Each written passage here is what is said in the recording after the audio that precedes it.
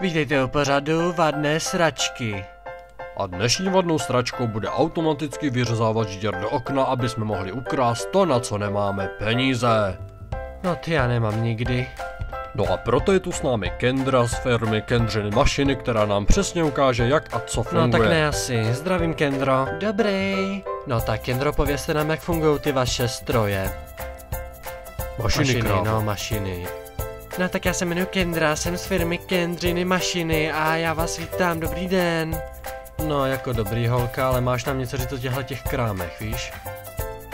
Jo aha, no tak tohleto je automatický vyřezávač děr do oken.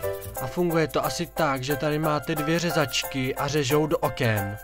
No a myslíte, že by to prořezalo třeba jako výlohu do hémka? Já jsem tam tuhle šla a neměla jsem u sebe ani floka, taková hezká sukeň tam byla. No a nevíte, jestli by to tam šlo jako vy to viděla díru tu, abych to...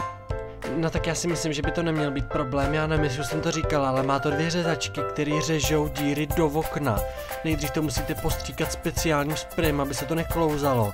Potom to přiložíte, vyřežete, vezmete sukeň, no a pomažete pryč, že jo. Já si myslím, že to je jednoduchý, že to zvládne každý malý dítě v hračkářství. Takže tak...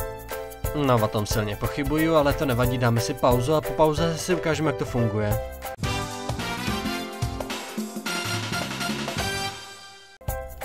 Já tam mám nějaký fanoušky. No to je hrozný, tak počkej, tak já si jim tam jenom podepíšu, aby měli radost, tak.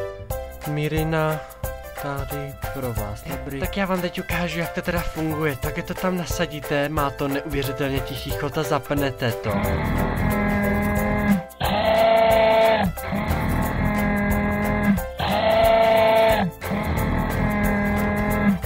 Vidíte, vůbec nic neslyším. To si děláš prdel, ne?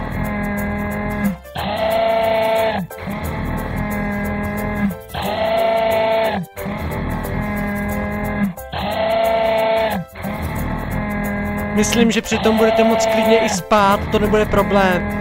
A nevím, jestli jsem se o tom zmínila, ale skoro nikdy to nevyřeže normální souvislý kruh, vždycky to celý okno rozbije, takže tam musíte vlízt celý, že jo. Ale zase to dobrý, že tam nemusíte strkat jenom třeba ruku, já si myslím. No ale jinak to je dobrý, ne? Mě to smazal můj podpis.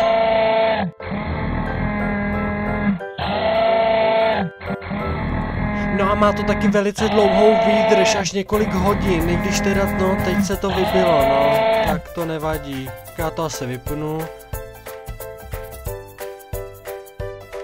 Já jsem teda původně chtěla být zpěvačka, ale nakonec jsem se vrhla na tohle, protože si myslím, že to je dobrý a že by se to mohlo prodávat.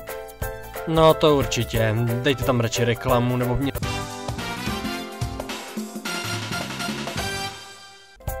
Tak a cena za jednu vyřezávačku je jenom 17 999, já vím, že to je možná pro někoho trochu moc, ale já začínám a musím se nějak uživit, že jo.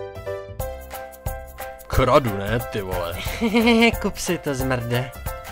Co jsi to řekla, ty vole, vypadni odsud s tím krámem, jsi to tady akorát celý rozbila, ty vole, už ti nechci ani vidět, nazdar.